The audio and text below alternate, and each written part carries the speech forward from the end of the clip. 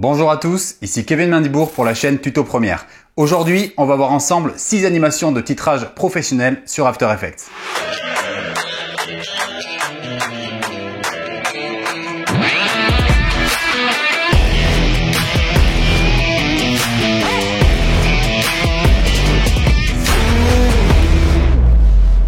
Dans cette vidéo, je vais vous présenter 6 animations de titrage professionnel que vous pourrez réaliser directement sur After Effects.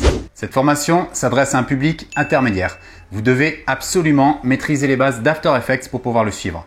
D'ailleurs, si vous désirez une formation complète au logiciel, sachez que je propose sur tuto.com une formation spéciale pour les débutants. Je vous ai mis le lien dans la description. Je vous ai mis dans la description un lien pour télécharger tous les fichiers sources que j'ai utilisés pour réaliser ces animations. Si cette vidéo vous a plu, n'hésitez pas à me le faire savoir en mettant un petit pouce bleu sous la vidéo. Vous pouvez également vous abonner à la chaîne et activer la petite cloche pour recevoir en temps réel les notifications à chaque fois que je sortirai une nouvelle vidéo.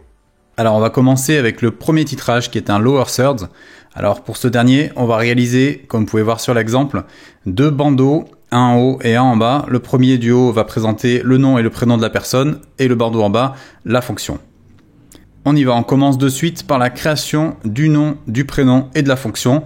Donc pour faire ça, vous allez créer 2 calques de texte distincts. Alors pour le premier, on va faire un clic droit ici dans la composition. Donc avant tout, j'ai créé une composition en 1920-1080. Je vais dans Nouveau, Texte et je vais taper le nom et le prénom de la personne. Une fois que j'ai tapé le nom et le prénom, vous pouvez choisir votre police, votre couleur et le paramétrer à votre guise. Alors une fois que vous avez créé votre texte, on va faire quelque chose ici, c'est qu'on va centrer le point d'ancrage, ça va nous simplifier la suite de l'exercice. Donc pour faire ça, je me mets ici sur l'icône de point d'ancrage, je maintiens la touche commande ou contrôle enfoncée sur mon clavier et je fais un double clic. Vous voyez maintenant j'ai le point d'ancrage qui est centré ici, ce qui va me permettre ici de centrer pile poil au niveau de l'image mon texte. Je reprends maintenant mon outil de sélection et je vais venir ici faire un clic droit, nouveau, créer un deuxième texte et là je vais marquer la fonction. Alors une fois que vous avez écrit la fonction, n'hésitez pas à l'ajuster comme vous désirez. Là pour info, vous pouvez très bien utiliser une police. Donc là ici j'ai pris la géomaniste, il y a plein d'autres polices qui ont cette particularité. C'est que là vous voyez ici j'ai choisi quelque chose d'assez bold, d'assez gros. Et là j'ai pris quelque chose de plus light, ce qui me permet de différencier le nom et prénom de la fonction. Alors une fois que vous avez paramétré ceci, vous allez pouvoir aller dans le panneau composition ici. Et j'ai activé la position avec le raccourci P pour rappel. Et je peux placer ça un peu plus près du nom et du prénom, voilà pour ajuster. Et j'ai maintenant mon nom, mon prénom et ma fonction ajustée. Maintenant que mon travail d'édition de texte est terminé, je vais pouvoir précomposer chacun des 2 textes. Vous allez voir que ça va nous servir pour la suite de l'exercice. Alors je prends pour commencer John Smith, d'ailleurs je vais le placer au-dessus pour se repérer comme on a sur l'image ici.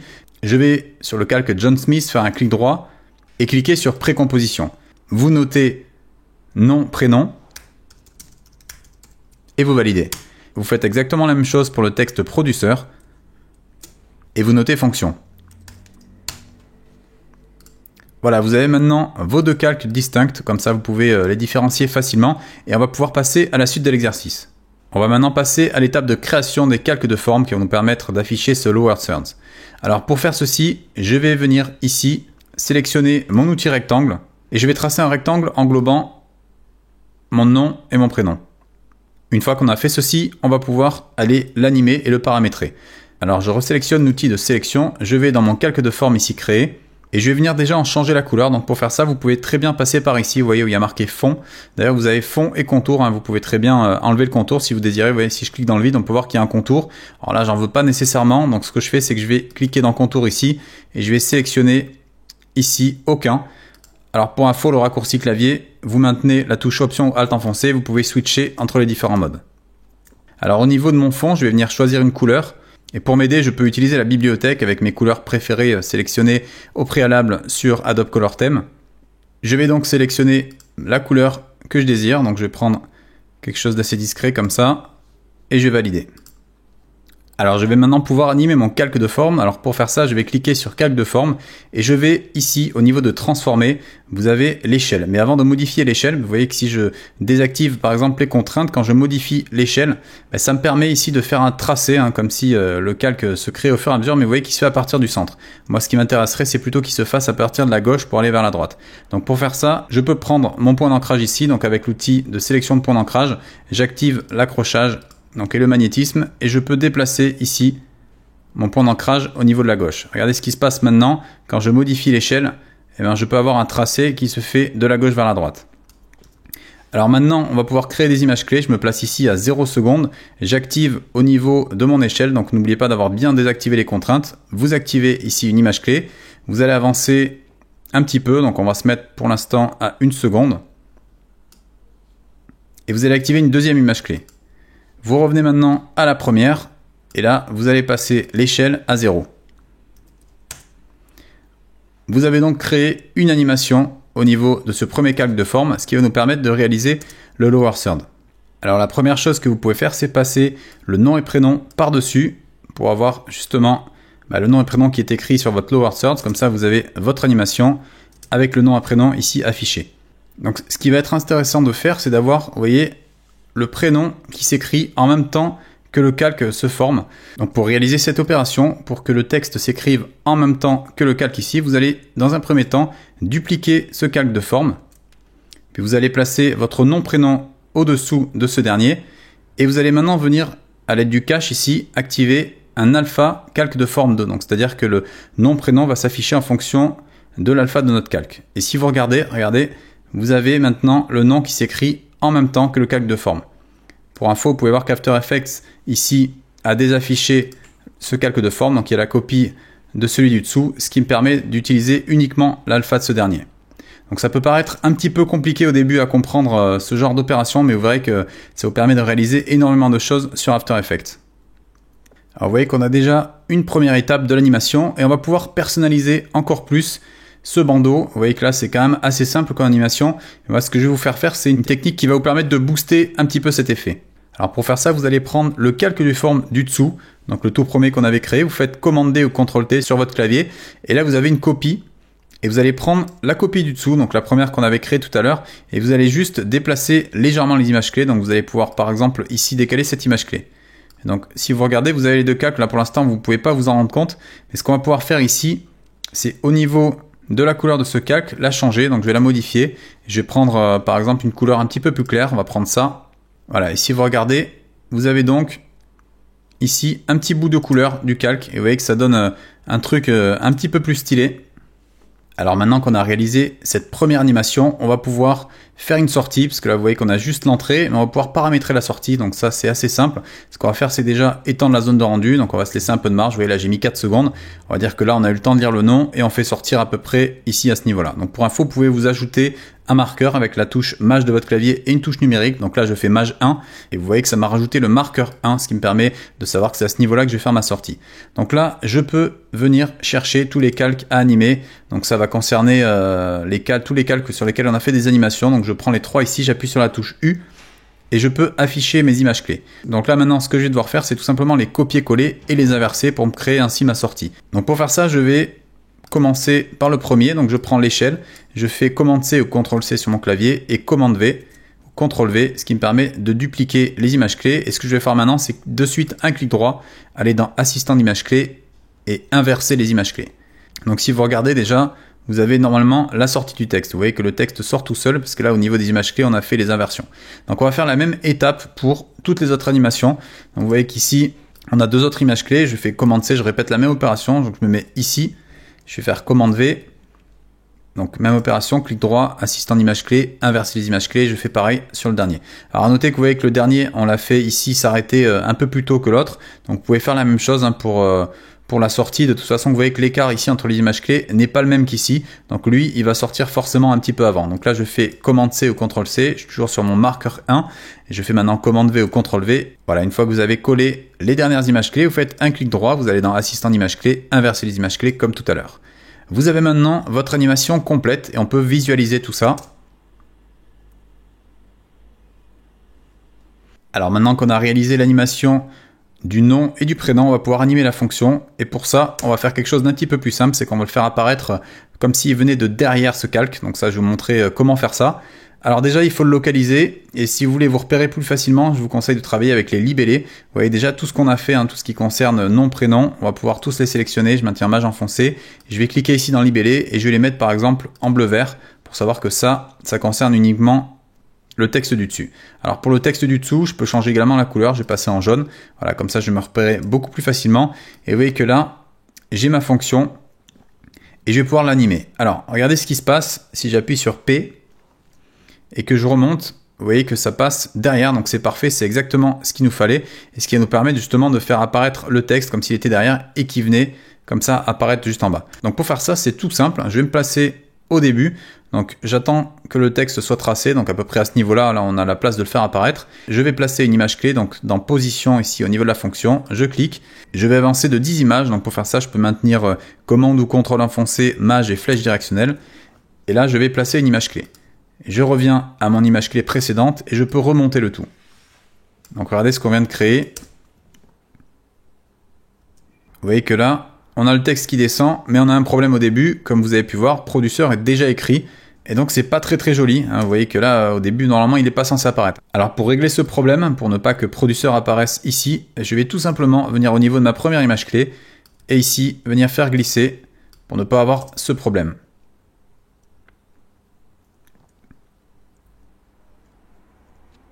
Alors n'oubliez pas à la fin de refaire une sortie. Donc je fais commande C ou CTRL C.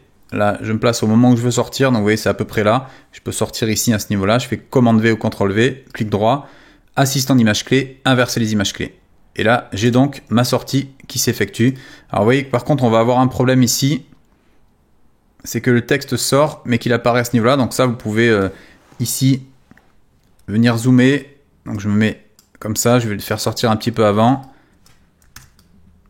Et vous voyez qu'ici, avant que le texte termine de s'effacer, le texte du dessus, vous pouvez couper votre calque. Donc là, le raccourci pour couper le calque, c'est Option ou Alt étoile.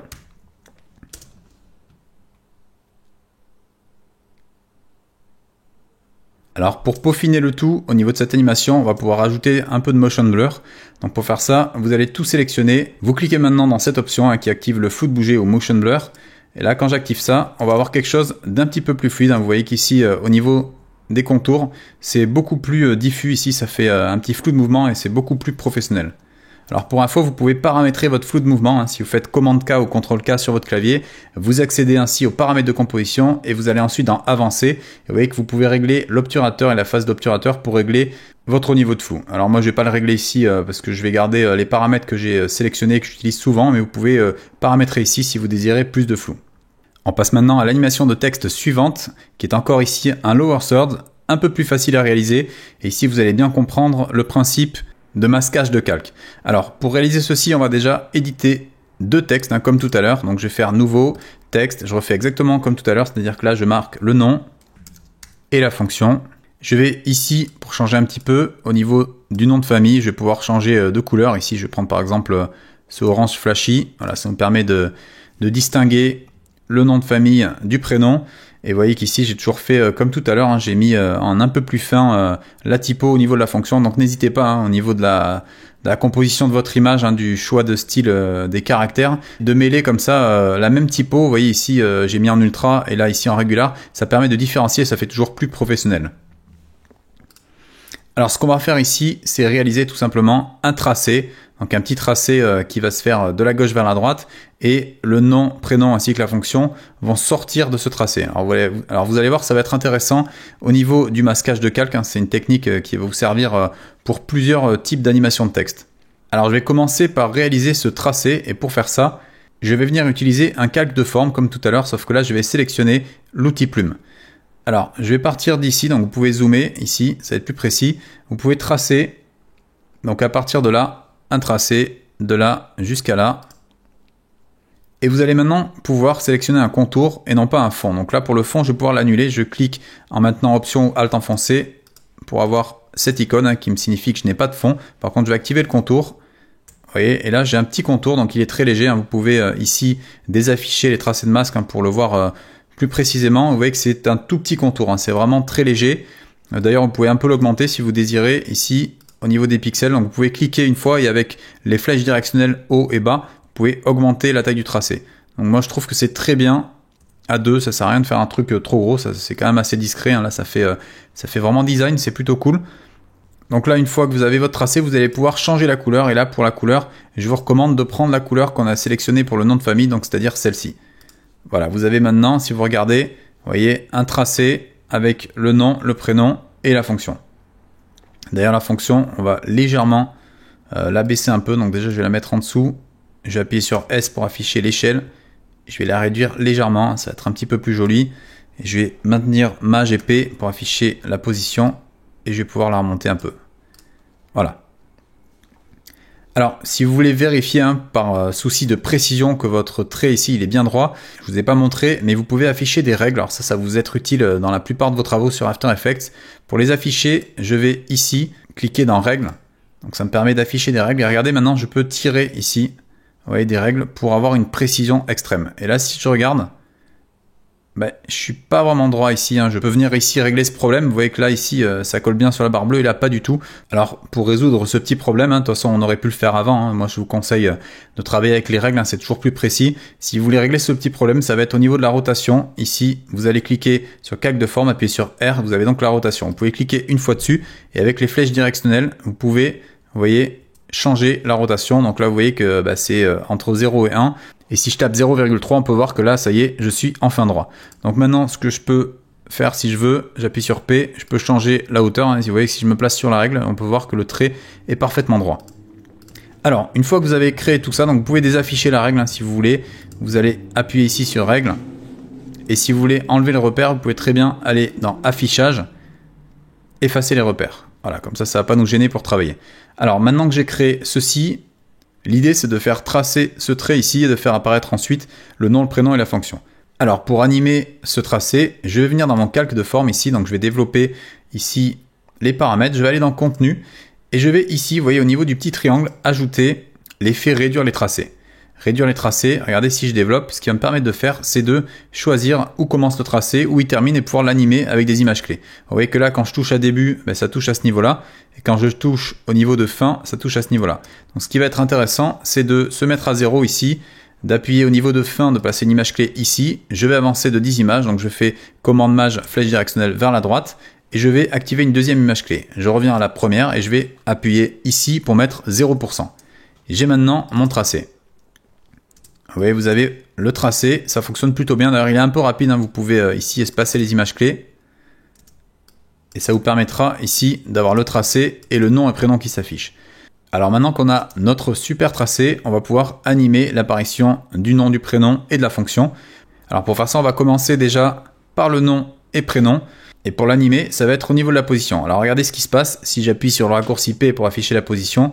Regardez, vous voyez, ça fait pas du tout ce qu'on veut. Nous, on aimerait qu'en fait, il apparaisse du bas comme ça et il se crée comme ça du bas vers le haut. Donc pour faire ça, il vous faut ici créer un calque qui vous permettra de définir la zone d'apparition de votre nom et prénom. Alors ça va être plus simple que je vous le montre plutôt que de vous l'expliquer à l'oral ici parce que ça paraît un petit peu compliqué. Pour faire en sorte que le nom apparaisse comme s'il sortait ici de la bande qu'on a créée, on va devoir créer un solide et utiliser le cache alpha pour réaliser cette opération. Alors je vais cliquer ici, faire un nouveau solide. Je vais l'appeler repère nom. Alors je vais placer ce repère en dessous ici et je vais le déplacer. Vous voyez, vous allez le déplacer ici à ce niveau-là. Vous voyez que je l'ai placé carrément en dessous de la ligne. Alors vous voyez qu'en plus j'ai activé ici l'accrochage, ce qui me permet de coller parfaitement par magnétisme à la barre orange qu'on avait créée. Alors pourquoi j'ai fait ça? Je vais vous montrer. C'est tout simplement que là, si je prends maintenant Michael Douglas, le calque, quand je descends, vous voyez que là, on va pouvoir venir utiliser le cache alpha, donc ça va être super intéressant. Et pour faire ça, je vais devoir placer le repère par-dessus mon nom. Et au niveau de mon nom ici, dans cache, je vais cliquer sur alpha inversé repère nom. Alors regardez ce qui se passe maintenant. Vous voyez que le nom, donc si je le déplace, il se crée uniquement au-dessus du calque vert, donc le calque repère nom qu'on a créé. C'est comme ça qu'on réalise ce genre d'animation. Vous voyez qu'avec des calques et des modes d'alpha ou d'alpha inversé, ça nous permet de réaliser des superbes animations. Alors maintenant qu'on a la possibilité de faire ça, on va pouvoir créer notre animation. Donc je vais déjà le replacer à peu près comme tout à l'heure. Je crois que je l'avais placé comme ça. Voilà, ça on va dire que c'est la position finale. Et je vais me placer au tout début. Donc je vais laisser tracer le trait. Et vous voyez qu'une fois que c'est tracé ici, donc si vous voulez retrouver l'image clé, vous pouvez cliquer sur le calque de forme, appuyer sur la touche U pour afficher les images clés, vous placez juste ici. Et là, à ce niveau-là, le calque du nom, je vais y activer une image clé.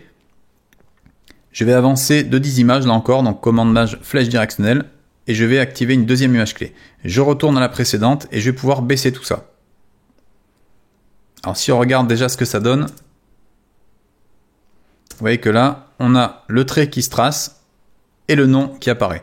On va pouvoir faire exactement la même chose pour Digital VFX, pour la fonction, ce qui nous permettra de terminer notre lower third.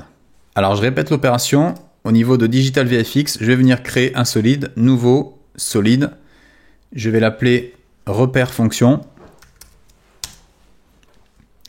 Je vais placer ce calque cette fois-ci au-dessus, parce que souvenez-vous que là, on va le faire apparaître comme s'il venait du dessus. Donc je le place pile là. Je passe maintenant mon calque de texte en alpha inversé repère fonction, ce qui me permet, si je vérifie, donc j'appuie sur P, vous voyez que quand je vais le déplacer, il va se cacher derrière la barre. Alors, je vais me placer cette fois-ci, donc je fais commande Z pour le replacer. Je vais me placer quand le nom est affiché. Vous pouvez le mettre ici, vous n'êtes pas obligé d'attendre que le nom soit créé entièrement pour faire apparaître Digital FX. Le mieux dans les effets spéciaux ou le motion design, c'est de faire des animations qui se succèdent pour avoir quelque chose de pas trop linéaire. Vous voyez que là, par exemple, quand il est apparu à peu près à moitié, vous pouvez vous placer là. Vous activez une image clé de position, vous faites commande maj flèche directionnelle pour aller de 10 images comme d'habitude et vous placez une deuxième image clé. Je retourne à la précédente et je vais, comme tout à l'heure, la placer au-dessus. Donc je vérifie un peu ce que j'ai créé. Et vous voyez qu'on commence à avoir quelque chose de vraiment sympathique. Alors ce qu'on va pouvoir faire, c'est l'animation retour, c'est-à-dire la sortie. Donc vous pouvez vous placer ici à 2 secondes. Je vais faire comme j'ai fait pour le titre précédent. Je fais commande C, commande V. Et j'inverse les images clés. Alors on vérifie ce que ça donne. Vous voyez que là, j'ai volontairement mis en même temps la disparition. Alors je peux très bien décaler légèrement comme je vous expliquais tout à l'heure pour pas avoir quelque chose de trop linéaire. Vous voyez que là on a le nom qui disparaît, puis Digital FX un petit peu après. Alors on vérifie tout ça. Et on a une animation vraiment sympathique. Alors vous voyez que là, on n'a pas trop le temps de lire le nom et le prénom. Vous pouvez très bien déplacer toutes ces images clés ici pour avoir quelque chose d'un peu plus long.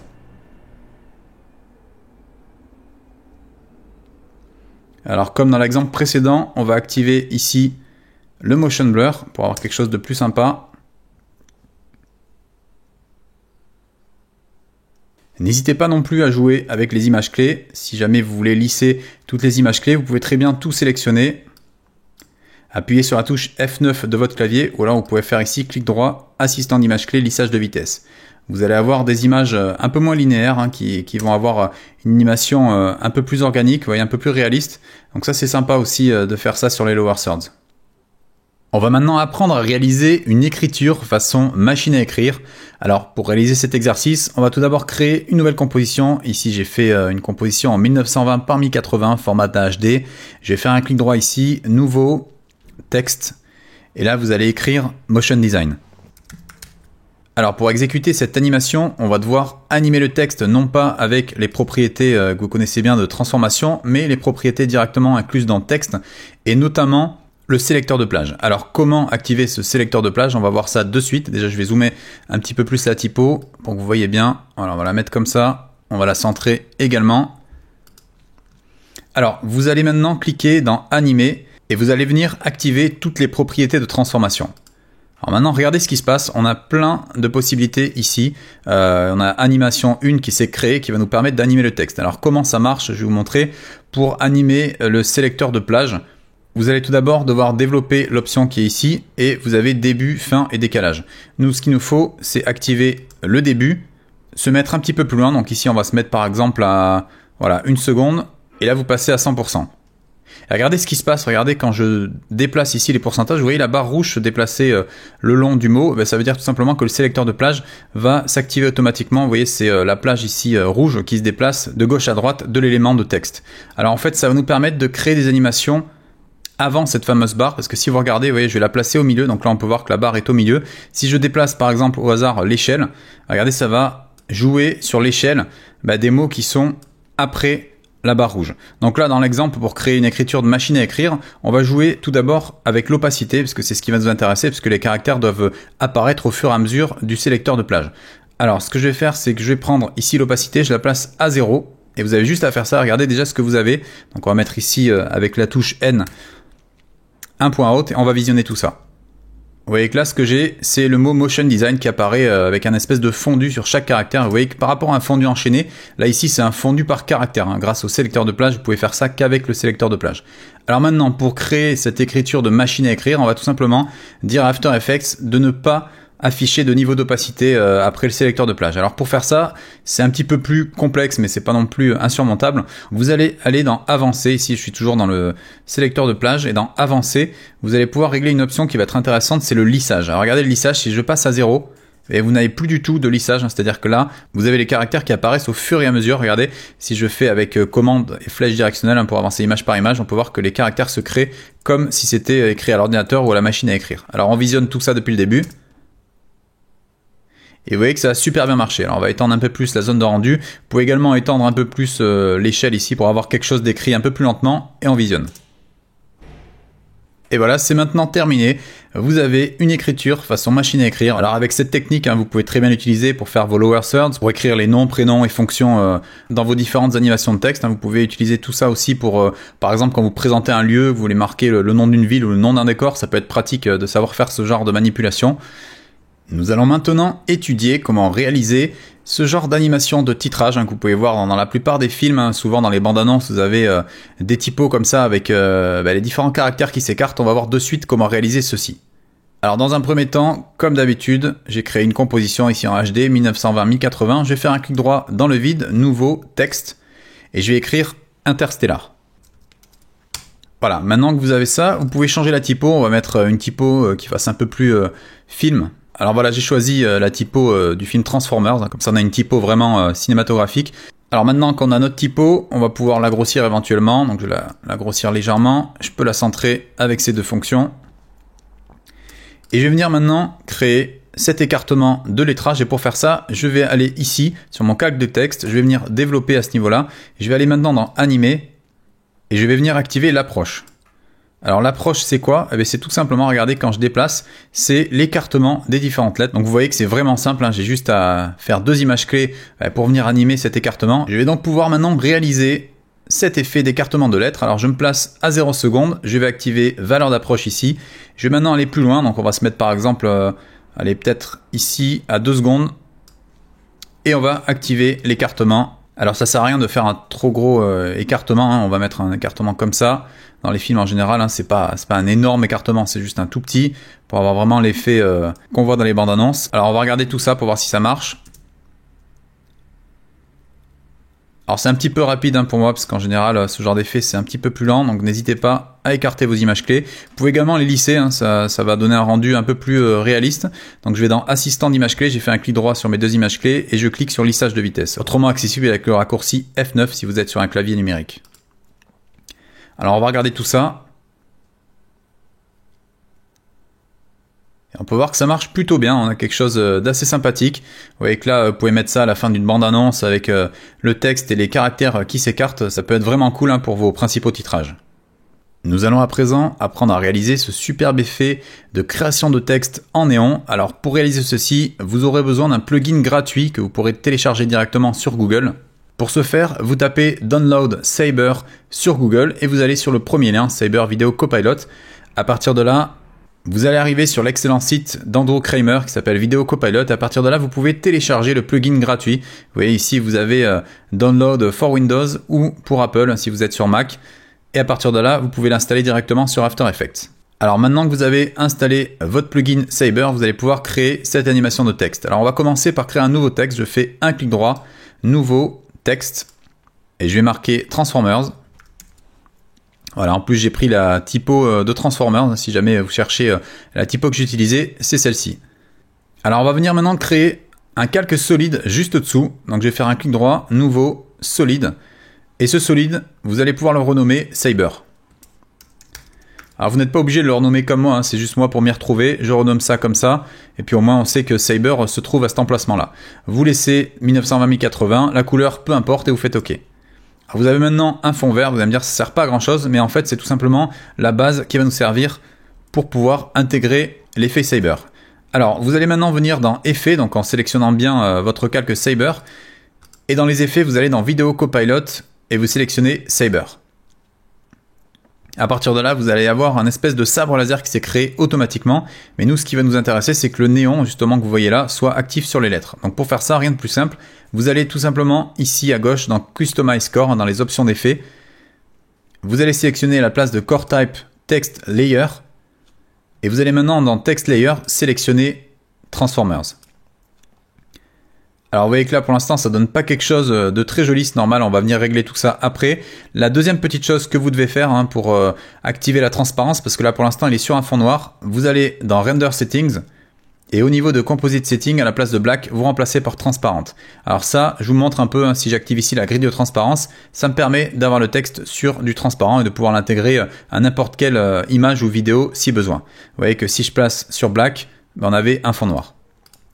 On va maintenant venir choisir un preset. Alors l'avantage de Saber, c'est qu'il est très riche au niveau des presets, vous en avez plein, je vous laisserai les découvrir par vous-même. Là, ce qu'on va choisir, c'est l'effet néon, pour l'effet de texte que je vais vous montrer. Donc j'appuie sur néon, et là, j'ai un effet de néon qui s'est créé. Je vais pouvoir déjà choisir la couleur. Donc moi, ce que je fais, c'est qu'en général, vous voyez, j'ai la bibliothèque avec toutes mes couleurs préférées. Je vais prendre ici Color Flash, je vais venir sélectionner avec la pipette, on va prendre le orange.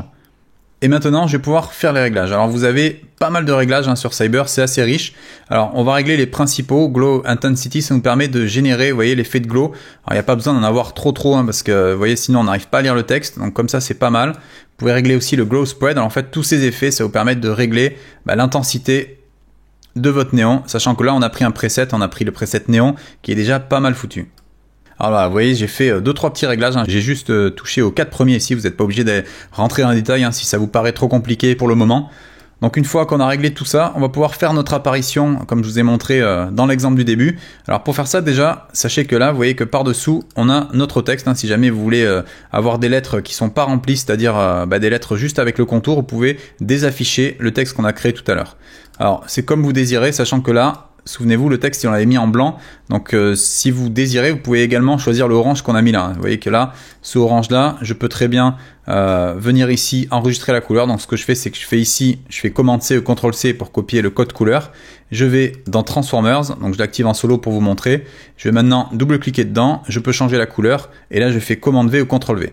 Et donc là, j'ai copié exactement la même couleur. Donc, le orange qu'on avait sélectionné pour notre néon.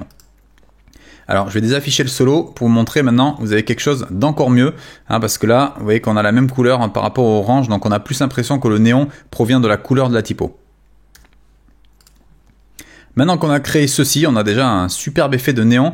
Alors, on va rajouter juste un petit truc en plus qui va faire la différence, c'est dans Flicker. En fait, le Flicker, c'est quoi? C'est tout simplement quand vous regardez un néon et qu'il y a une espèce de variation d'intensité lumineuse. Vous avez cet effet vraiment de néon un petit peu grésillant, mais c'est là que ça va se passer. Alors là, vous pouvez en ajouter un tout petit peu. Je vais mettre par exemple 30%. Je peux changer également le speed. Et donc là, je vais vous faire un rendu sur 2 secondes pour vous montrer.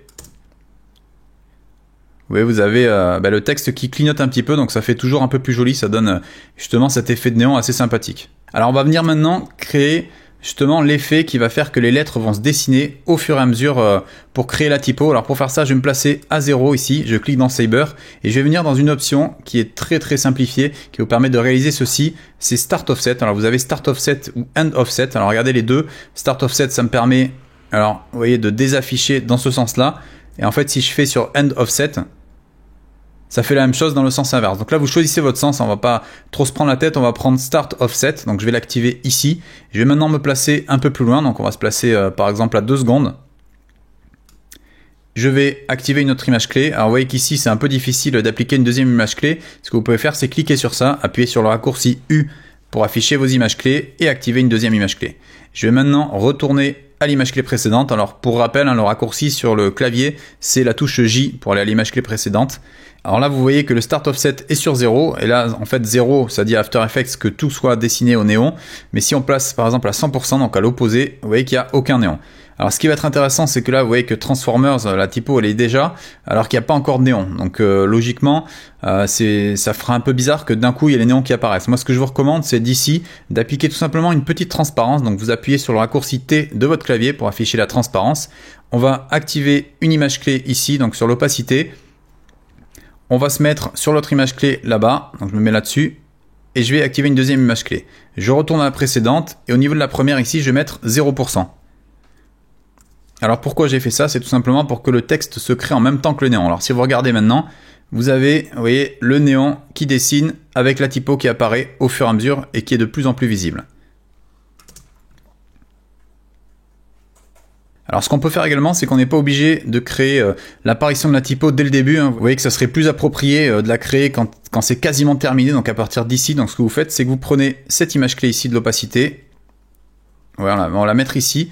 Et comme ça, le texte n'apparaîtra qu'à la fin. Vous voyez, dès qu'il y a toutes les lettres qui sont construites au néon, on a la typo derrière qui apparaît. Donc on va regarder tout ça. Et voilà, vous avez maintenant votre apparition façon néon avec le grésillement lumineux, la typo derrière. Alors ce que vous pouvez faire, l'avantage c'est que maintenant, comme le saber ici, il est relié au texte, vous pouvez très bien, donc si j'appuie sur S, modifier l'échelle, et vous voyez que ça modifie en même temps le néon. Donc si vous voulez replacer tout ça, vous pouvez très bien le zoomer, ici le replacer au centre, et vous avez donc votre animation de texte terminée. Nous allons maintenant apprendre à réaliser un effet de texturing de texte, donc c'est-à-dire qu'on va insérer de la vidéo dans un texte. Ça peut être vraiment sympa pour vos vidéos, peut-être pour des intros, des conclusions, ou voilà des génériques assez stylés. Alors pour faire ça, j'ai glissé un rush ici dans une composition. Donc là pour info, je suis en 1920 par 1080. Ce que je vais faire, c'est créer un nouveau texte. Donc je fais clic droit, nouveau texte. On va noter texturing. Une fois que j'ai créé mon texte, vous voyez que je l'ai mis assez gros volontairement pour qu'on voit clairement la vidéo qui sera affichée dans le lettrage. Alors maintenant, vous allez voir, c'est extrêmement simple sur After Effects pour appliquer justement la vidéo dans ce texte. Pour ça, vous avez une fonctionnalité. Vous allez tout d'abord mettre la vidéo par-dessus le texte. Ça, c'est très important. Vous placez ça par-dessus, donc vous ne voyez plus le texte, c'est normal. Et vous allez activer cette petite option ici, juste au niveau du T, qui permet de préserver la transparence. Donc là, quand j'appuie dessus, vous avez directement, vous voyez, la vidéo qui est dans le texte. Alors, si on regarde, vous voyez que ça nous a permis de le faire très rapidement. Alors, l'avantage, c'est que maintenant, si j'appuie ici dans vidéo, je peux la déplacer et elle se déplacera derrière mon texte. Parce que vous voyez qu'en fait, elle préserve la transparence ici de texturing. C'est-à-dire que là, du coup, elle s'applique uniquement sur l'alpha du texte. Vous avez maintenant votre rush vidéo qui est directement inclus dans le texte. Alors là, l'avantage, c'est qu'on va pouvoir faire des animations assez sympathiques. Alors vous voyez que là, par contre, en marron, c'est pas très lisible, donc rien ne vous empêche, si vous désirez, de venir déplacer la vidéo. Vous voyez qu'elle conservera la transparence et ça vous permet ici d'afficher les montagnes qu'il y avait au loin. Donc ça peut être beaucoup plus sympa pour arriver à mieux lire la texture. Alors, vous pouvez également effectuer une animation, mais pour ça, il faudra faire gaffe. Je vais vous montrer de ne pas déplacer justement les zones ici, parce que vous voyez ici que c'est la fin de l'image. Donc, on va faire un exemple ensemble.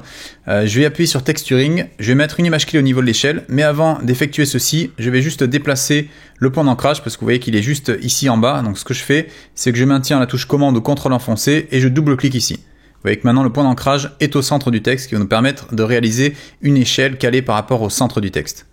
Je vais également appliquer une image clé de position. Vous allez voir pourquoi. C'est parce qu'on va zoomer dans une partie du texte justement pour pouvoir afficher la vidéo dans son intégralité. Donc pour faire ça, je maintiens la touche Maj sur mon clavier, j'appuie sur P pour pouvoir afficher la position en même temps que l'échelle. J'active une image clé de position. Je vais maintenant avancer un peu. Donc on va se mettre par exemple à aller vers 2 secondes. Et je vais maintenant rentrer dans mon texte de manière à afficher la vidéo dans son intégralité. Alors, je zoome. Je vais aller dans le U ici à ce niveau-là. On peut même peut-être aller un peu plus bas. Alors vous voyez qu'ici en haut vous avez du blanc, c'est normal, c'est parce qu'en fait la vidéo, souvenez-vous, on a dû la déplacer vers le bas, donc ça, pas de panique, ce que vous faites c'est que vous la reprenez et vous allez zoomer carrément. Vous appuyez sur S et vous zoomez de manière à remplir toute la taille de la composition. Voilà, une fois que vous avez ceci, vous vérifiez. Vous voyez que là, on est pas mal. On va pouvoir vraiment rentrer dans le décor. Donc pour faire ça, je vais encore plus zoomer. Vous pouvez y aller, vraiment, là c'est un gros niveau de zoom. Alors si jamais vous voulez, vous voyez là c'est un peu long là pour remonter, remonter beaucoup plus rapidement, vous pouvez maintenir la touche Maj de votre clavier et ça vous permet de vous déplacer plus rapidement dans l'incrémentation des propriétés. Alors on va zoomer encore plus.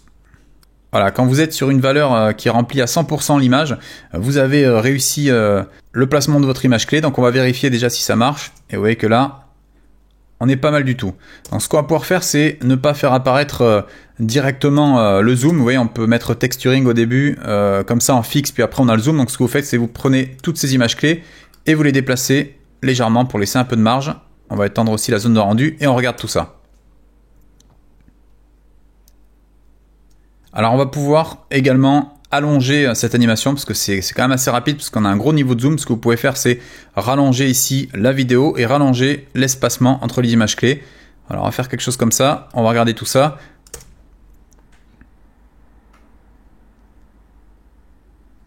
Avec là, c'est pas mal du tout. Ce que vous pouvez faire, c'est activer un lissage d'images clés. Donc je sélectionne mes images clés, je fais un clic droit, je vais dans assistant d'images clés, lissage de vitesse. Voilà, ce qui me permet d'avoir une animation un peu plus fluide. Donc on va regarder tout ça. Voilà, et là vous rentrez littéralement dans le lettrage. Donc ça peut être des animations assez sympathiques, surtout pour les intros. Vous pouvez marquer par exemple le titre de votre film et ensuite rentrer directement dans la vidéo à partir de votre lettrage. Cette vidéo est à présent terminée. Merci de l'avoir suivie. J'espère qu'elle vous a plu. Si vous avez apprécié, n'hésitez pas à mettre un petit pouce bleu sous la vidéo et également à vous abonner à la chaîne et n'oubliez pas d'activer la petite cloche. Vous pouvez également me retrouver sur les réseaux Instagram, Twitter et Facebook. Vous pourrez également retrouver tous mes travaux sur mon site officiel. Je vous dis à bientôt dans une prochaine vidéo et d'ici là, n'oubliez pas, restez créatifs.